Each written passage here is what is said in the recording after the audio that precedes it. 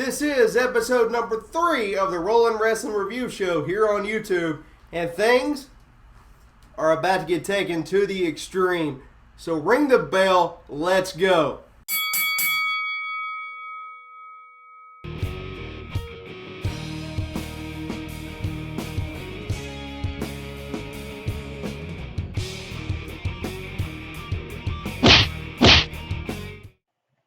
What's up, everybody? My name is Brandon Duchair Craven, and this is the official Rollin' Wrestling Review of WWE Extreme Rules. And yes, I was just wielding a steel chair. That's what I'm willing to do for people to watch this show. So tell your friends. All right, on to the pre-show. Big Cass came out to confront the Dudley Boys to begin it. Basically, Big Cass came out after the Dudley Boys were talking about how ECW was the originators of Extreme Rules, and not really much to write home about in this one. Big Cass took out the Dudley Boys to end it after the Dudleys jumped him after he interrupted them. Overall, 1.5 stars out of 5. But I do like Big Cass on his own. But I'm glad to see Enzo back, and I'm glad that they're back as a tag team. Moving on to the next one, Baron Corbin versus Dolph Ziggler. Now, I feel like a broken record when I say this, but WWE, Dolph Ziggler does not deserve the pre-show. He deserves better than the dadgum pre-show, okay? Put him in a title match. I can probably speak for a lot of people when I say this, but put him in a title match. It will be match of the night, possibly even match of the year. This was the rubber match between Baron Corbin and Dolph Ziggler. Baron won with the end of days after a low blow. La-di-da. 2 out of 5 stars. Now on to the main card. They got straight to the point Sunday night, and I absolutely loved it. First match on the card, Jimmy and Jey Uso versus the Club, Luke Gallows and Carl Anderson in a Texas Tornado match with all 4 members in the ring at the exact same time. I never in a million years thought I'd ever hear the Usos getting booed. I mean, I know they did when they first came in, but they are so face and so hot with the crowd right now that I never thought I'd hear them get booed, but it's the fact that they're with Roman Reigns, and Roman is always getting booed. So, but anyway, the Club is the favorite from the fans' point of view in this match, clearly. Huge boot of doom off the apron early on. Basically, they did the boot of doom off of the ring apron, and it was brutal. It was very, very brutal. Gallows and Anderson were very dominant throughout this match. The Club won after Jey missed the big splash from the top and landed on the ring bell that Gallows had brought into the ring earlier. And overall, 3 out of 5 stars for this one. Great match to start off the show. Next match, Callisto versus Rusev for the United States title. Now, this was a great match with your typical David versus Goliath dynamic. Sick backdrop off the top rope from Rusev onto Callisto on the ring apron. It was almost like the ring apron was their go-to spot this pay-per-view, and it was brutal. It was absolutely brutal. Callisto looked to legitimately be hurt. I don't know if he was faking. He could have been. I don't know, but it looked absolutely brutal. Rusev won right after with a very twisted accolade. He literally had Callisto bent in half. It was brutal. He literally, well, not in half, but he had him bent backwards. And it was horrible looking. 2 out of 5 stars for this match. Good match, not great, but still good. Next up, the WWE Tag Team Championship was on the line when the New Day faced the Vaudevillains.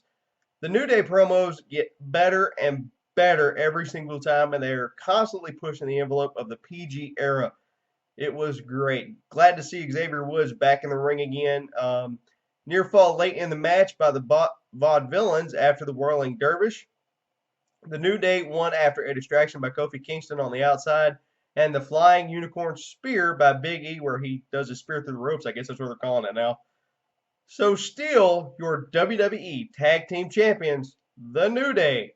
Overall, 3 out of 5 stars. Next match, the Intercontinental Champion, The Miz, versus Cesaro, Kevin Owens, and Sami Zayn. First off, this match is missing one person, Zack Ryder. He, like so many others, have been giving the proverbial shaft by the WWE. They just lost Cody Rhodes due to him requesting his release, and it's a shame too. I mean, you would give Cody Rhodes anything, dashing Cody Rhodes, psychotic Cody Rhodes, Cody Rhodes with Ted DiBiase and Legacy, and he would absolutely make it work.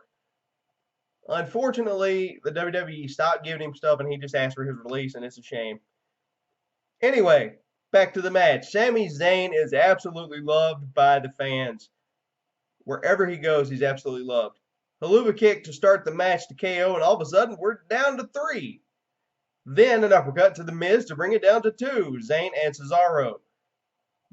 These two could make a 30-minute match look amazing. I mean, I would love to see a 30-minute Iron Man match between Zayn and Cesaro. Great action throughout with a huge spot by all 4 competitors with a double superplex power bomb. They've done it before, but it's always cool to see. The Miz and Sami Zayn were locked up in an exploder suplex later in the match, and Cesaro threw them both with a German suplex. The man is a literal Superman. It's ridiculous. Cesaro swing at least 20 times by Cesaro to the Miz. That was pretty awesome. I actually got dizzy watching it. Miz tapped to Cesaro, but the ref was distracted by Maurice, so Cesaro would have won the match. KO hit the Miz with the Bullfrog Splash while Cesaro had him fighting to break free in the ring ropes of another Cesaro swing. Multiple falls by all superstars. The Miz stole it, though, after Sami hit the Haluva kick on Cesaro, but was pulled out by Kevin Owens.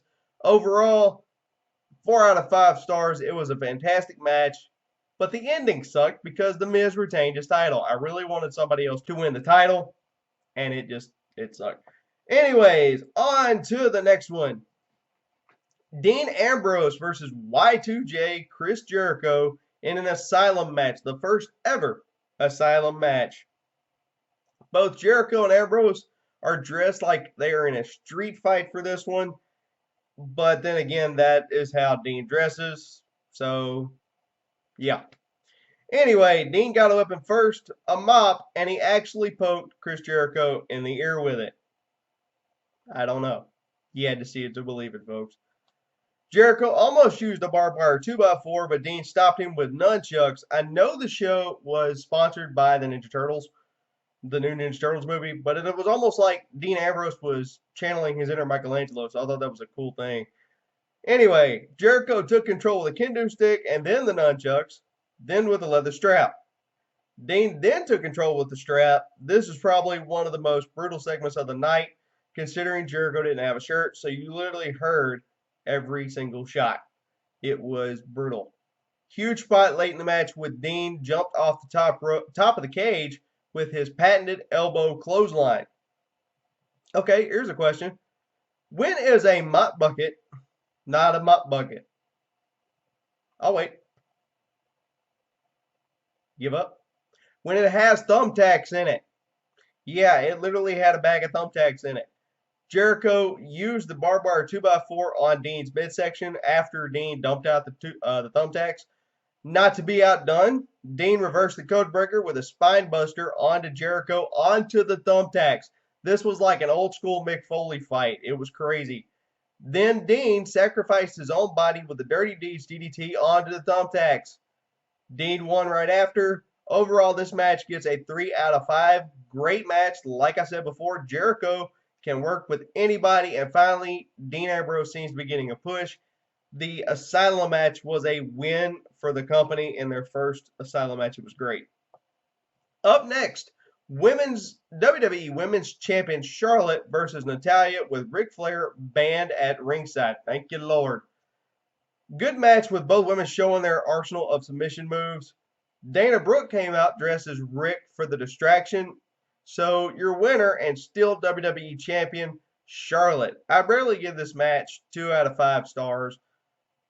Will there ever be a women's title match that doesn't end clean anymore? This is ridiculous. There was good action throughout, but it still ended without a clean finish. And it's just, no. Anyway, on to the main event of the evening. The WWE World Heavyweight Champion Roman Reigns versus AJ Styles. No one liked Roman Reigns that night. Shocker. Just real shocker. The match went all over the arena. They even paid the kickoff show a visit, which was really cool. Phenomenal forearm off the kickoff show table. Totally different side of AJ Styles during this match. He was a lot more vicious. Back body drop from one announce table to another from Roman down to AJ. That was a sick spot. Razor's Edge into a powerbomb by Roman. Roman actually impressed me during this match. It was actually really cool to see him actually fight. And that's what he is. He's a fighter. He's not a wrestler. He's a fighter. And I think that's what WWE needs to capitalize on. That's what people like about him. Roman's looked to have hurt his knee after a bad back body drop from AJ during this match. It was in the middle part of the match. Roman whiplashed AJ into the ringside LED board and then the barricade and then powerbombed him into the announce table. That was one of the sicker spots of the match. Great spot. AJ dodged a spear and Roman went through the barricade a little bit later on. This match and the Intercontinental title match were both what you call spot fest. They had spots everywhere and it was ridiculous, but it was great. Roman Reigns Superman punch as AJ was going for the phenomenal forearm and he literally knocked him out. His eyes rolled up in the back of his head. Spear by Roman onto the outside over the steps. The guy literally jumped over the steps to spear AJ. It was fantastic. The club was out to help AJ. Boot of Doom, but Reigns kicked out. Usos were out to even the odds. They take out Styles. Roman covered. AJ kicked out. Roman kicked out of the Styles Clash and then again onto the chair. AJ went for the Styles Clash onto the chair and Roman kicked out of that. Usos interfere in the pin and that's how Roman kicked out. AJ loses his mind at this point and started taking everybody out with a steel chair and a spear in midair as AJ was going for the phenomenal forearm again. And your winner and still World Heavyweight Champion, Roman Reigns. After the match, out from the crowd, Seth Rollins is back. The pay-per-view ends with him holding up the title. The whole match was high spots, 4 out of 5 stars. Great match by everybody involved. Overall, the whole pay-per-view was fantastic. Great fatal four-way for the Intercontinental title. The first ever Asylum match, as I said, was a win for the company. And the main event was a classic showing of what an Extreme Rules match could be. And the returning Seth Rollins, well, that was just awesome in and of itself. Overall, I give Extreme Rules a 4.5 out of 5, 4.5 out of 5. And lastly, on Facebook, I asked you guys, since WWE introduced the Asylum match, what match from WCW would you want them to bring back? This was the poll that was going to be on this show. The choices were War Games, World War III, the three-ring, 60-man Battle Royal, or the Triple Cage. The results are in, and you chose, with 75% of the vote, World War III. So, that's going to do it for me this time. For my review of WWE Extreme Rules, check back sometime later today. I'm going to try to post my top 5 favorite things from Monday Night Raw earlier in the week. I've had some issues this week with my video editing and all that, so that's why I'm a little bit behind, and I do apologize, but hopefully I'll get that posted today. Both of them posted today. And as always, let me know what you thought of my review and what you thought of Extreme Rules and your thoughts on this channel in the comments below. God bless you. I'm down for the 3 count. 1, 2, 3. My name is Brandon Duchair Craven. See you next time. Duchair out.